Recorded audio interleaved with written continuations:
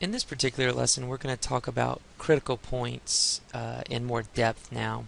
If you remember in previous lesson, we basically kind of informally defined that critical points is where the graph started changing directions. And so now we're going to kind of formalize that definition a little bit more.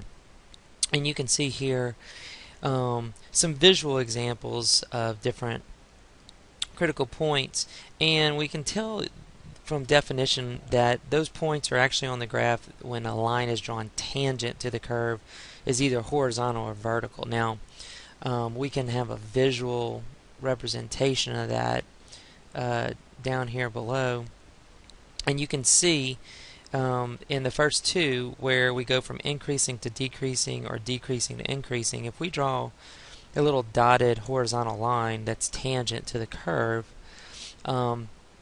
that's representing the critical point. Now we also have a critical point where we could draw a vertical line, and you can see that in the third example. Now these critical points can be defined a little farther. We can call them maximums as being the highest point on the graph, minimums being the lowest, and the point of inflection you can see is where we take it and it creates a point of inflection as a point of origin, or excuse me, a point symmetry across a particular point. So this kind of defines our critical points a little bit farther. Now, what we plan on doing in this particular lesson is just to kind of point out the different types of critical points that we can have, define them a little bit.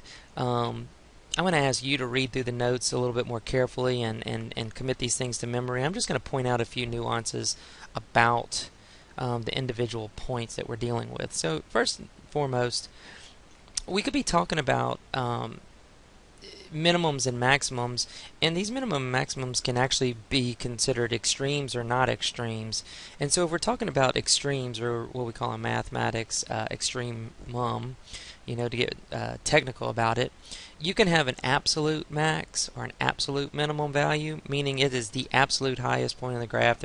You can visually see that there's nothing higher than the given point. And you can see two visual examples of absolute minimums and absolute maximums in these given examples down here at the bottom of the page. Now, we can also have what we call relative minimums and relative maximums, and these may not be the absolute highest or lowest points, but given over the value over a certain domain or a certain range of values, it is the greatest or smallest in that area.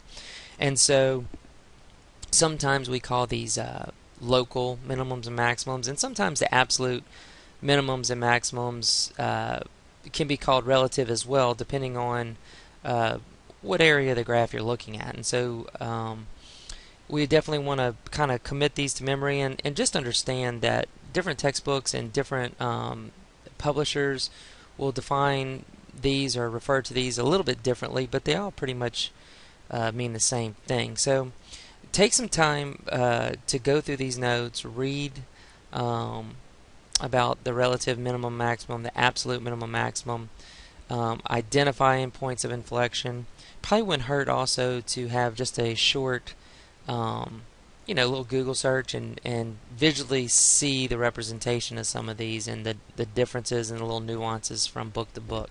So in the next video, we'll take some time to actually go through and work some sample problems, but I just wanted to basically introduce you to a couple concepts. So definitely understanding that critical point is a tangent line where you can draw a tangent line horizontally or vertically, and understanding the difference between absolute minimum maximums and relative minimum maximums. So just use this as a little base of knowledge to work the sample problems, and also maybe do a little research on your own.